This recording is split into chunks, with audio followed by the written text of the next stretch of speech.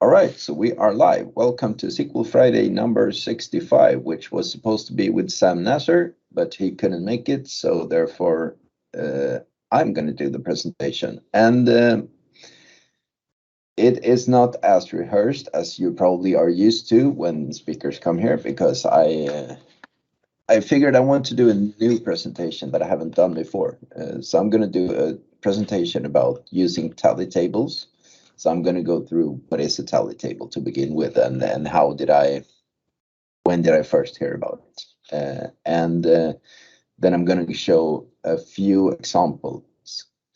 But I would do warn you that it will be some live coding involved in this presentation. So if the demos don't actually work the way they're supposed to immediately, it's because I'm live coding, which you should of course never do in a demo, and especially you should at least have, the script written beforehand so that you can dig it out if you want. But I haven't done that with all of the scripts, so we'll see where this leads.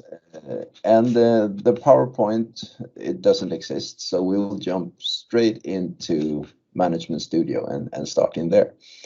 Since I am the presenter and normally I'm the moderator, that means we don't have a moderator today, but we're not that many people on the call, I think. So if you have any questions or comments or why didn't you do this, or you have any tweaks that will make the code run even faster, then please just interrupt me, unmute yourself and talk to me, because I will not be able to monitor the chat anyway. So we'll do it a bit differently today. Next week, we're going to be back with the normal type of SQL Friday that you're used to, where I'm just going to sit and look beautiful and have someone else present. So I'm going to jump over to Management Studio. And it's very stupid that I put my own picture in the lower right corner. So I will probably do, let's view Solution Explorer. And I'll make it a bit bigger. Why do I want to do that? Well, because if I pin it, you're going to see the row count of the queries that I run. Anyway, so first question for someone, just anyone can answer. Is the font size okay, or should I make the code bigger? I think is okay. Okay, so if anyone thinks it's not okay, then just tell me and I'll increase the font size. But then we'll have some word wrapping instead. So, tally table. What is a tally table? Well, it's a table, or it's a data set with numbered rows. That's the basics of it.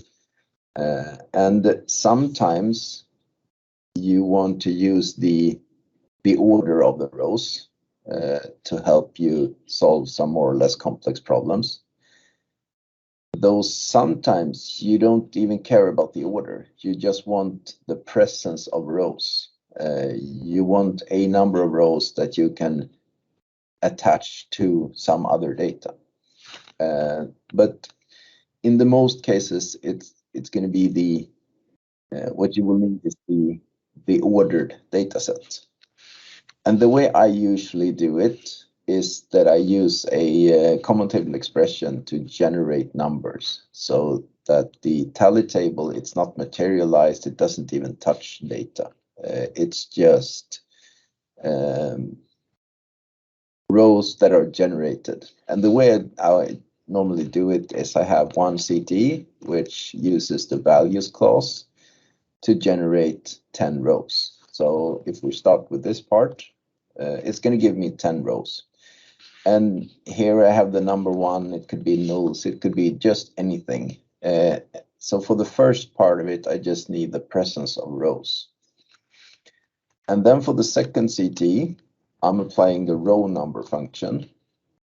And the row number function, it's a window function. It was the first window function that we got in SQL Server. I think we got it in SQL Server 2008. Could have been there already in SQL Server 2005. But it's been around for quite some time. So in any supported version of SQL Server, you will have the row number function. And the row number function normally works on a data set and orders the rows and gives them a row number.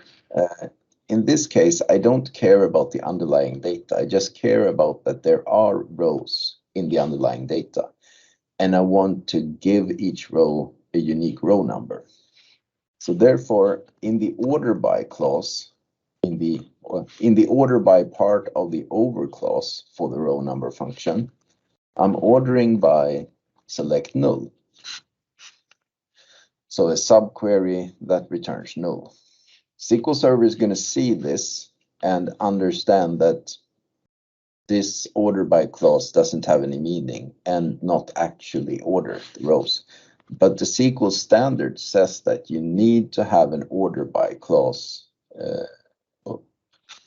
or an order by part of the over clause for the row number function. And you cannot use a constant. So I do order by null. This will give me an error. But I can do order by subquery or an expression that will return null. I know it sounds a bit stupid, but that's the way the SQL standard defines the row number function. And therefore, you need to have an expression. You cannot have a constant. So by using the constant null, or I could use no specific order, I could use anything inside the subselect. But the optimizer is going to understand that, okay, this is actually a constant, and then just optimize it out of the query plan. Anyway, what I do is to select from the first CT 10, so 10 rows, cross join with 10 gives me 100 rows, cross join with 10 again will give me 1,000 rows, 10,000, 100,000, and 1 million. So this tally table is 1 million ordered rows. If you want more, you just add another cross join. Let's start looking at this. And it's going to take a little while, but it's not going to take a while for SQL Server to generate 1 million rows. That's in milliseconds. But it takes 2 seconds, as you can see, to return the results and for Management Studio to receive the 1 million rows and materialize them in a data grid. If we look at the execution plan for this, we see a lot of warnings. And the warnings are about nested loop joins without any predicates. But that's perfectly normal because we do a cross join. Cross join does not have a predicate. So you don't need to worry about this red mark here. It does says warning, no join predicate. Well, you're not supposed to have a join predicate in a cross join anyway. So it's a constant scan and the constant scan and nested loop. And from this nested loop, we'll get 100 rows. And from this constant scan, we get 10 rows. And then from this nested loop, we will get 1,000 rows, etc., etc., and up to here where we get 1 million rows. So 1 million ordered rows. Perfect start. In many databases, you have a materialized numbers table. It's the same thing. Usually it is generated from this. The benefit of having it materialized is that you will get statistics for the table and you don't have to include this in everything you do. But from a performance standpoint, usually it doesn't make a difference. If you have a materialized table, which is built on pages and stored on disk, and the first time you do select from it, it's going to live in the buffer cache. And if you use it in many queries, it's going to be in the buffer cache all the time. But it doesn't make a huge difference in performance. So you can materialize it, or you can create a function if you don't like to include all this code in all the queries that uses tally tables for solving problems. You can create a function, say get numbers. You can put some optimizations already into the function, and I'll show you how you can do that. So I do the function get numbers. I want it to return n number of rows. It does return a table, and very important here is to make sure it's an inline table valued function. If you make it a multi-statement table valued function, the performance is going to be bad. With an inline table valued function, the performance is going to be okay. So all we have in an inline table valued function is a return clause, which returns the result of a select query. And the select query is this very thing, 2 CTs. And then I do the optimization by applying the top operator. So select top n rows from the CT, order it by the row number that is returned from the CT. Well, and why is it an optimization to put the top clause there? Well, because SQL Server is not going to perform all these, it's not going to add rows in every step of the nested loop joins. So if I look at the performance plan for getting, or the execution plan for getting 10,000 rows, you see that over here, we're just generating 10,000 rows in the nested loops. So there is actually no, well, we get the top operator, but the top is going to get 10,000 of the 10,000 rows that are generated in the nested loops. So SQL Server is being smart in this way. I mean, then when I think about what a query with a top clause would do, is that it would probably order the 1 million rows and then select the top 10,000 from them. But the optimizer is much smarter, so it's not going to do all the work with the rows that are just going to be thrown away anyway. So that's why the top clause is an optimization in this case. So this is what we could do. In the examples that I'm going to jump over to, we're not going to use the function. I'm just going to include the CTE instead. Magnus, small question. If instead of top, you will simply get the select star from millions where n less than n, where number less than what you want. I think you have the same performance. We should test it. To be honest, I'm not sure. So let's do select top n from million, where n less than or equal to. So we recreate the function and we do. You do have to have the order if you want. You can't have the order by inside a function. You can only have the order by inside the function if you have the top operator. The top, yeah, exactly. Yeah. So so what we could do, well, I could of course do top 1 million here, but I think we could just skip the order by completely, because when it's returned, the order by inside the function only works with the top operator, but it does not guarantee the order of the output. That order by is only used to support the top operator anyway. So in this case, we would have to apply the order by in the consuming query, but we would have to do that anyway. So I think we could test this by just skipping the top and use the predicate where n less than or equal to the parameter n.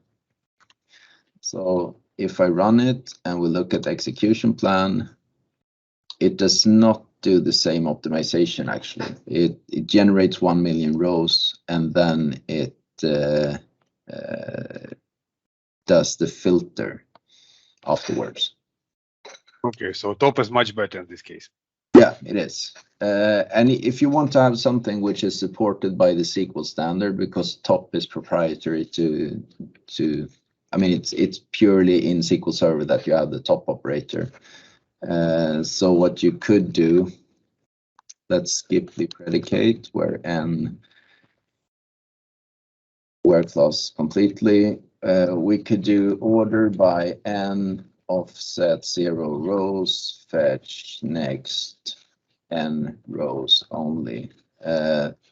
This is how it should look according to the SQL standard. In this case, it's the same thing as using the top operator. But if you wanted to work on an Oracle database too, then this, I think, is going to be optimized the same way. Yeah, so 10,000 only. Sorry? Perfect. Thank you very much. Yeah. So now we have the rows. What are we going to use them for? Well, we can use them for so many things. And I'm going to show you first how I can use a tally table to generate a date dimension, let's say for a data warehouse. And the reason I want to show this is because in the there is an official Microsoft course for data warehousing with SQL Server. In the demos in that course and in the lab material, they do generate the data dimension, but using while loops. And it's not very fast. And if you want to generate a very big date dimension, I mean, maybe you shouldn't, but let's say you want to have from the beginning of time, say year 0, 4,000 years into the future, and you want it 1 row per hour or something. Bad example, but then it's going to take a while to do it with a while loop. So we're going to generate such date dimension or just a date table to support a report to drive the query for reporting. Say I want to have the monthly report with 1 row per hour, and I want to include also the hours where there is no underlying data. So I want zeros instead of the rows just being omitted. Well, then I need to have a table with all the time slots in it. So that's what we're going to do first. So I'm going to do some copy paste here. See, we start with this. What we need to generate a data dimension or a data set with time slots, we need a begin date. So let's declare start date, date time 2, and I'm going to give it really high resolution, even though we don't need it in this case, because sometimes maybe you want time slots with 100 nanoseconds between them. Well, then you can use the same approach. So date time 2 with a high resolution. And I'm going to start at, say, 1901. 1st of January, 1900. I'm going to declare, if I can live type, declare increment minutes, an integer, and I'm going to say I want 60 minutes between each date. So 60 minutes. And I want to have an end date. Declare end date, date time 2. And I want the end date to be, let's say, end of this year, 2021. Make it 1st of January, 2022. And now for some optimization again. If I just run this and combine it with the start date and do some date add, I'm not going to get an optimal plan. Because SQL Server is going to generate 1 million rows. So I want to use the top operator again here. So the way I will do it is to calculate between the start date and the end date, how many time slots will I get? And that would be declare num slots integer is going to be the date diff in minutes between start date and end date and divided by the increment in minutes. So this is how many slots I will get. But I'm going to have a +1 to get it inclusive with the end date. Now we have some preparation done. We have our CTs, and now we can simply do select, date, add. I'm gonna add minutes, and I'm gonna add column n from the CTE multiplied with the increment in minutes. And I'm going to add that to the start date. This CT is going to start with 1. And I don't want to start with 1 because then I will add 60 minutes to the start date, and I want to have the start date included. So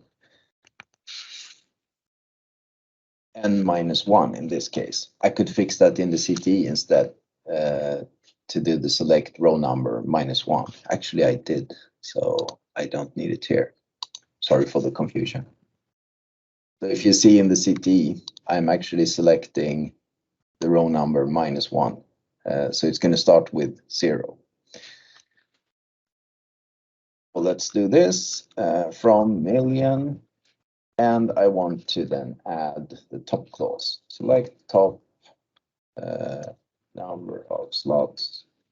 And since I have the top clause, I want to have also the order by clause, because top only works. Well, you can use the top operator without an order by clause, but it doesn't make any sense because if you want the first 1000 rows, then that implies an order. So I'm going to order by n. Magnus, you removed the multiple by column from the CTE. I did. That was stupid. Increment n multiplied with increment minutes. Thank you. So if I now run it, I start at, let's zoom in a little bit. I start at year 1900, 1st of January at midnight. And then you increment 1 hour for every row. And if I go to the very end, I only get to 2014 because there are more than 1 million hours. So let's start with another base date, 1950. And then we move to the end and we see that we end with 2022, 1st of January, midnight. So my start date and my end date are both included in the data set. And I generated this in 1 second, and it's 631,000 time slots. So if we would have done this with a while loop, inserting into a table, into a temp table for every step in the while loop, well, that would have taken a while. And actually, I did do a comparison between some different approaches for this, and doing it in a while loop and actually doing it properly too by starting a transaction so we don't have to harden the log for every loop step. We still have orders of magnitude better performance using the tally table compared to other solutions to do it. You can do it with there are many ways to do it. While loops, you can do a recursive CTE that will in fact also be a while loop, but just under the hood. So this is one thing that I use quite often. If I want to make a report and I want to have the results in the report grouped by some time slot, by the minute, by the hour, by the day, or what have you, but there is no data for all the different time slots in the underlying data set. Well, then I can use this and I can left join to it or to the data so that I always get each time slot included, and then I just put a 0 when I get null values from the underlying data. That is one thing. Another just a funny question that I got, or it wasn't directed to me, it was a question in a Facebook group about, I want to generate combinations of the letters A to Z. So let's say I want 4-letter strings and I want to include A, B, C, and all the way to Z. So this is when you have 26 letters in the US alphabet, and if you take 26 to the power of 4, I think that's how it's supposed to be, you get 456,000 different combinations. So that's quite a lot. And there are ways to do this. And the way I solved it, and I think that was I'm not going to be bold and say it's the fastest possible solution, but it was the fastest solution I could come up with, at least, was using a tally table. So let's look at how we can solve that with a tally table. With the CT. And in this case, I do not need a million rows, far from it. So I'm going to just remove some of this. We actually need 26 rows. So I'm going to do top. And why do I need 26 rows? Well, because there are only 26 letters in the US ASCII alphabet. So I need 26 rows, and I can do then select char ASCII. I'm starting with the letter A plus N from million. I should probably rename million to 26.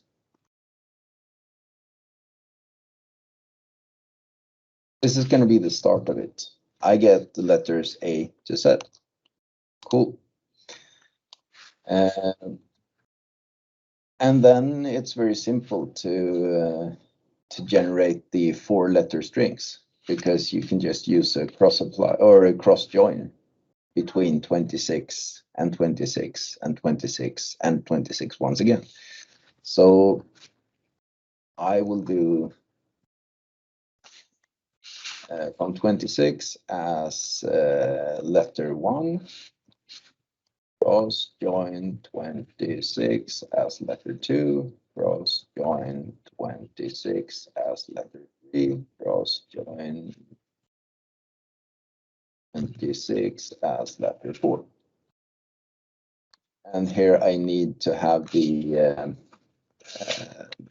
table alias included.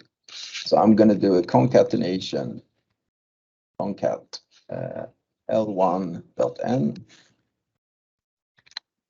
And since I'm lazy, I'm going to do copy paste from L2.n, comma L3.n, comma L. And I have something wrong here. Let's see if I don't match the parentheses. I don't, so I need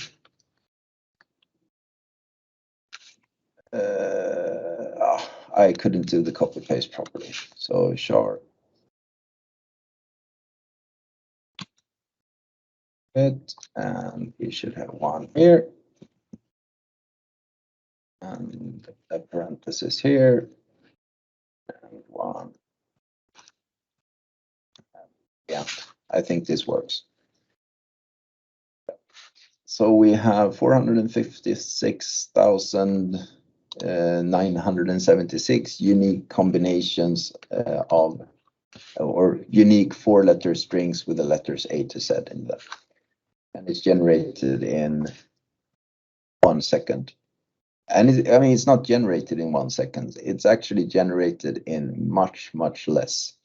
And to prove it, I'm going to include statistics time for you. Set statistics time on.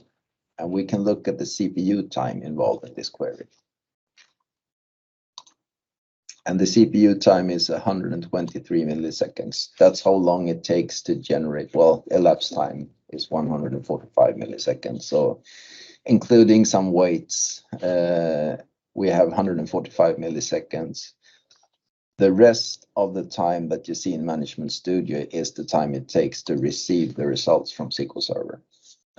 So instead of returning it to the caller, we could save it to a table. So let's do into a new temp table.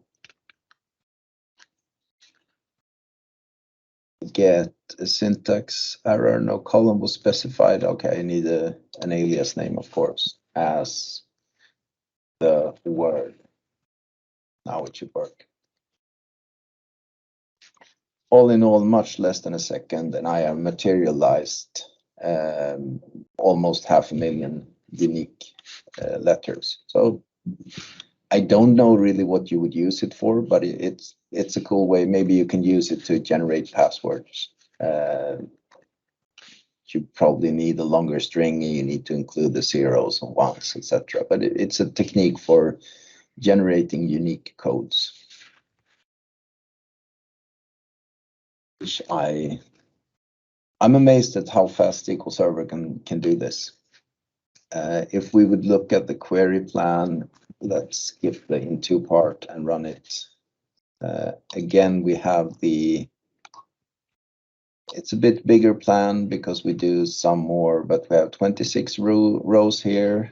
26 by 26 is 676. And all the way, we don't touch any data. There is no IO involved at all. So we don't need to wait for pages from the buffer cache or anything. Everything is just in memory from the constant scan. And if we want to do a further optimization, we want to avoid this nested loop join, then we can just rename this to 26. And we do, instead of selecting n, we're going to select row number over order by select null. And I just need to add a few more of these. So let's add 10 more, and then another 6. 1, 2, 3, 4, 5, 6. This way, we will just get a constant scan of 26 rows and no nested loop. If I can type properly, what's wrong? No column name. Yeah, again, as n. Run it, and if I'll now look at execution plan, we got rid of some of the nested loops. We still have the nested loops in the outer query because that is doing a cross join, but we got rid of a cross join in this part of the execution plan in every step. So we're saving a few microseconds, probably not even noticeable. 120. Well, we got 20 milliseconds less of CPU time involved. If you need really great performance, then that makes a difference. But in this case, I'm just going to generate some codes, probably save them to a table. It doesn't matter if it takes 120 or 100 milliseconds, but it's a way to do it. Let's see, how are we on time? 12:35. I have many windows open. Let's see what I have in the.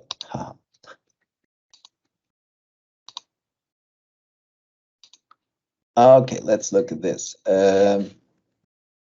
This is I'm just going to be honest and say that I didn't write the code for this myself, but I'm going to walk through it. It's still using a tally table, and it's a tally table to solve what's called the gaps and islands problem. And let's start looking at the data first. We have a table with street names, and we have street numbers. So we have from right to right, from left to left. So basically, we have for each row, I have 100 to 198, and I have 101 to 199. So that are odd and even street numbers. So the interesting thing here is the 100, which is the start street number, and the 199, which is the end street number of a section of a street. On the next row, I start with street number 200 and I end with 299. So these two rows are kind of consecutive street numbers. I start with 100 and end with 299. If I look at the next row, we start with 500. So we have a gap. So, and this is nice test data to simulate the gaps and islands problem. And what we want to do is to put these two together. That's an island. Then there is a gap. So I want these two as my next island. So I want to generate from this data 1, 2, 3, 4 rows. So 4 islands. And we could look at the underlying data. Just, well, you see what it looks like. We don't need to do a select from this. So I'm going to try to solve this by using the tally table. To do that, I want to know what's the maximum left value, which will be the highest street number. Not per row, but what's the highest one for all the rows? And that's going to be the 699 for Kungsgatan. And this is something that I'm going to include in my top clause, because I don't want the tally table to generate 1 million rows and then just use up to 699 of them. A further optimization would be to look at the lowest street number and start with that. So instead of just skipping through the first 100 rows in the tally table, I could start with 100. But I don't really care about that. I do care about the SQL Server not generating the rows between 700 and 1 million from my tally table. So therefore I get the max left. So that's the preparation. And then I have my tally table. And I'm not doing the optimization to begin with. I'm just doing the tally table, and then in the outer query, or in another CTE, I should say, I'm going to select the street name and the row number from the tally table. I'm going to subtract from the row number from the tally table. I'm going to subtract the row number from the street names table. And in this case, I want it partitioned by street name, because each street has its own gaps and islands. So therefore, I do the row numbering of each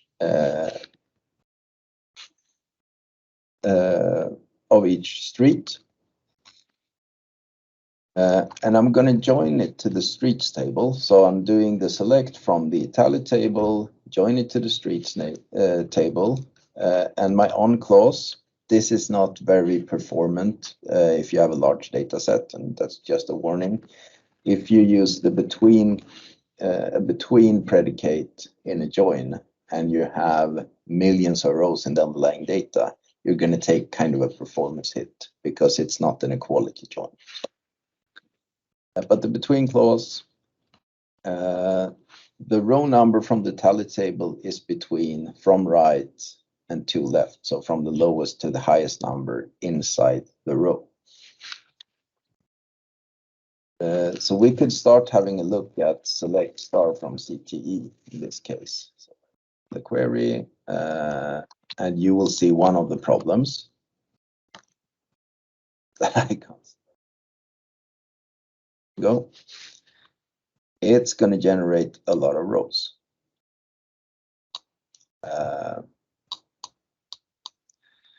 But if we look at the execution plan, it's going to generate much more rows than we actually use. So 7 million. Why 7 million? Well, we have 7 rows in the table and we have 1 million rows in the talent table. So that makes it 7 million rows to be scanned from the streets table, well, or scanned 7 million times, I should say. So how do we optimize this? Well, we include the top clause. And we run the whole thing again. And now in the execution plan, it looks much nicer. We're reading 4,893 rows from in total in table scan. It's still going to be scanning this streets table more than once in this case, but there are not that many rows involved yet. Let's look at the result set now. We have Kungsgatan, number 100, number 101, number 102, etc., etc., etc. And you see the M value, which is the result of the subtraction between the row number from the talent table and the row number from the street names table, partitioned by street name. So these numbers belong to the same group, M. That's an island, and we can skip down to 299, and then on the next row, we have a new island with the ID 299. So the combination of street name and the column M is going to define our islands. But we don't want to look at the whole result set. We just want to know the start and the end of each island. So then we can skip the select star and we select instead the street name, the min value for n, and the max value for n. So let's say in this case 299 and 100. And we group by street name and row number.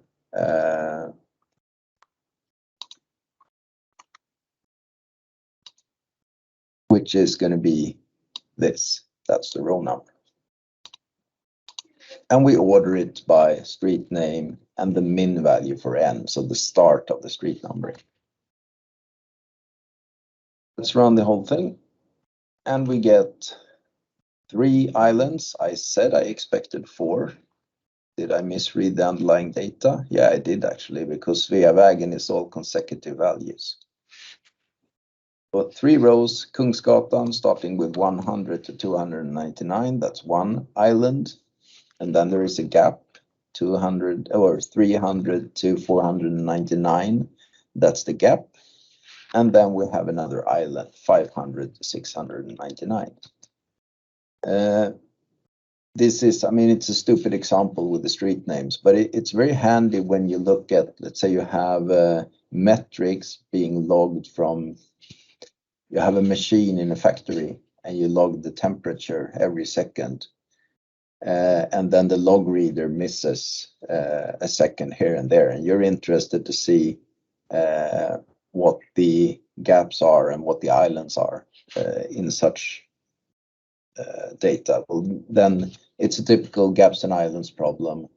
It might be that you switch off something, you run one batch, and then it's going to generate a lot of metrics, and then you stop the machine and you produce something else in the same machine, and you're interested to know, when I produce this kind of steel material in the machine in the factory, the temperature was on average this, and the mean and max of the temperature was this inside that island.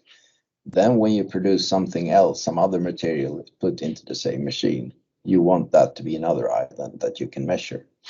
Then this is very useful to identify the gaps and islands. And if you want to make it really fancy, if you Google for gaps and islands problem, you'll probably see tons of different solutions, but you can really tweak it and say that an island is defined by rows that have between 0 and 4 let's say, numbers between them, so that in this case, if we have the street number 299 and the next is 500, okay, then I want that to be treated as a gap. But if we have 302, well, there are so few row numbers or numbers between these two, so I think I want them to be in the same island. But that's kind of just work from the code you have and tweak the between clause in the outer query. So this one, add some more logic to it, and you can tweak how many steps can be missed between two rows and still be treated as the same island. That is all I had in terms of prepared examples. Do we have any questions or any other fun thing that we should try to ad hoc code? Or do you have any cool examples on your own that you have solved by using tally tables?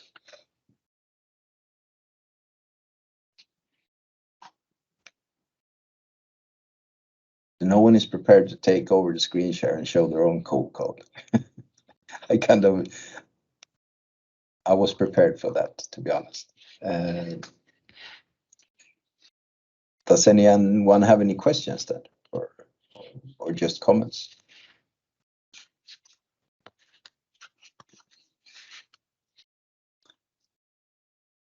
It seems like no. In that case, I'm gonna stop my screen share and I'm gonna turn on my camera. And that's all I had for today, actually. So a bit shorter than normal. This was an impressive session. Thank you, Magnus. Well, thank you, Michael, for coming.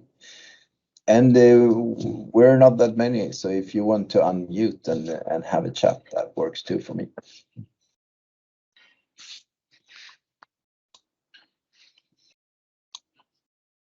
And I have to say, it's a bit different to do a live presentation without a moderator, because when you have a moderator, you can always have a chat with the moderator if something goes south. But here it's like, I know that you're there in the Teams meeting, but it's like talking to a wall anyway. So it's a very surreal feeling. I do miss the in-person meetings when you can see the reactions.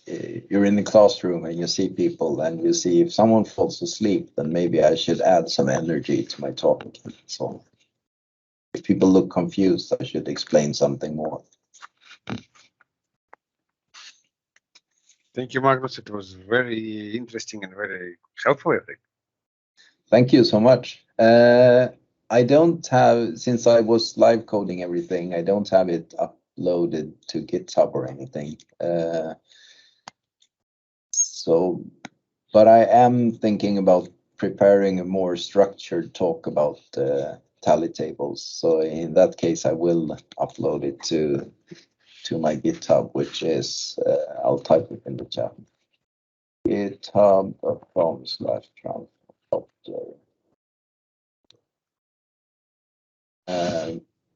There is a repository named presentations in that GitHub account. So in presentations repository, you have all my talks with there are PowerPoints, but they're more or less useless. The interesting thing is the demo code. It can be used for fill the gap in daytime periods, correct? Yes, exactly. So that's a question from Anton. Can we use it to fill the gap? Yeah, absolutely. So by using this, you can identify the gaps and then just add another insert query to insert the missing numbers into a table.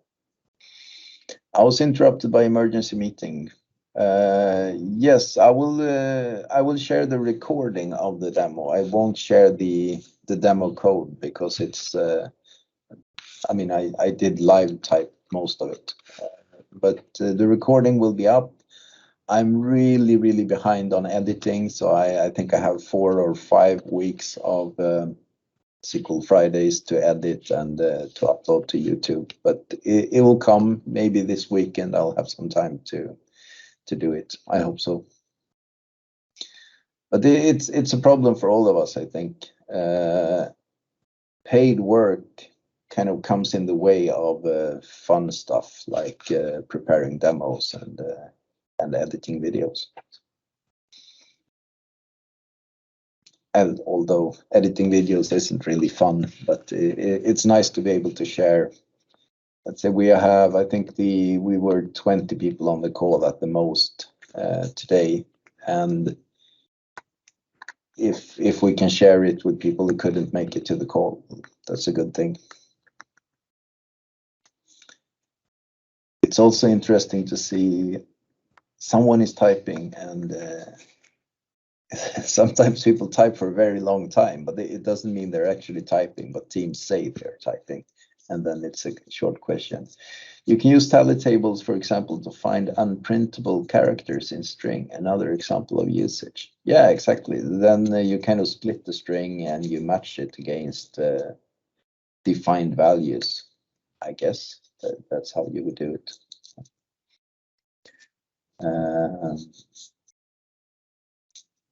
Pontus is typing. This is very exciting to see what's going to come.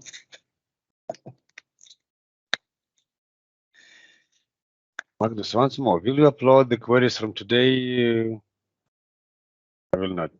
I will not upload the queries from today to GitHub because I don't have them in a structured way. But I am preparing to do this tally table talk, but a bit more structured with prepared demos and some more demos. So I will upload them to the GitHub repo when I'm done with it. It's going to come in the, say, coming 2 weeks or something.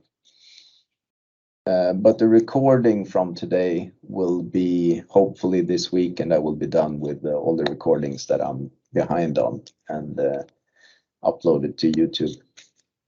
So for the YouTube channel, if you don't already subscribe to it, it's youtube.com/transact-sql.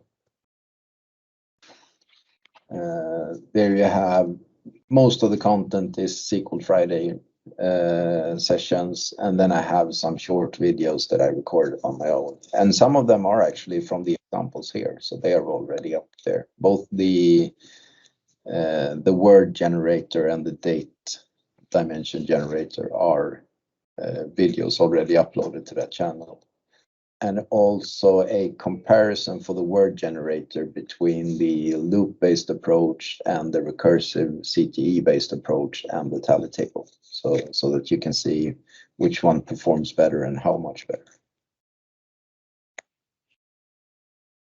Okay, thank you very much. Thank you. And by the way, kind of off topic, but today we got the letter about the group buy that they finally put all the videos on the YouTube channel. Yeah. You know, I know you were moderator on one of the sessions. Yeah, I was. So, and that, I mean, that's also there's so much fantastic content on YouTube. From Group Pay has always been a virtual conference, but I mean the last 1.5 years, every conference has been virtual, and many of them has recorded all the presentations. So you have you know, New Stars of Data, you have Group Buy have the recordings up, SQL Friday is recorded, many more conferences, and also when Redgate took over. They didn't take over PASS, but they took over PASS as a name. All the previous SQL Summit presentations are also on YouTube. So, I have a question with overlapping times. I've got a hunch that it can be solved by tally tables. Can I ping you somewhere? Says Morgan. Yeah, absolutely. I think my most responsive social media is Twitter. So twitter.com. That's me on Twitter. So just ping me there, and let's see if we can work something out. Yeah, Pontus says, thank you, Magnus. Great presentation. I've used a similar method to create randomized test data, and that's a really, really useful. I mean, a tally table solution is quite often fast. That's the reason why you want to use it. And it's very handy to generate test data. And I know that Jeff Moden, who to my knowledge is the person who coined the name tally table for a numbers table. He did a presentation on SQL Friday or a year ago or so. And it was a lot of information in it, but one of the things he did was to generate test data to generate like a production workload.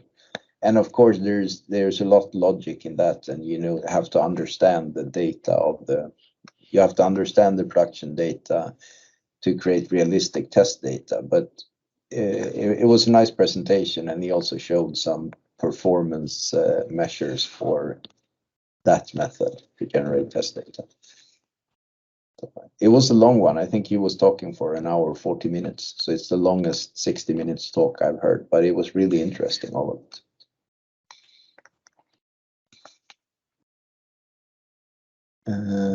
So I see Pontus is typing. That will be probably the last in this SQL Friday because it's 1 o'clock and I need to get home to my kids who are on a school break. Interesting to look that up. Yeah, and I think anything that Jeff Moden has done with regards to tally tables, and he also coined rebar, row by agonizing row, as a phrase. He has written some really great articles on SQL Server Central, and there are quite some recordings out there with presentations he has done about a variety of topics. But where I first got to know of Jeff was an article about using tally table to split strings. Thank you. Someone showed the video. So that was on SQL Friday number 17. So it's a while ago. But just look in the chat and you'll have the recording from his presentation. 1 hour, 37 minutes. That's a long hour. Anyway, thank you so much for joining me today. Although it was not the presentation that was announced initially, I hope you found some use of this hour anyway. So thank you, and I will hopefully see you in person in the near future. Bye.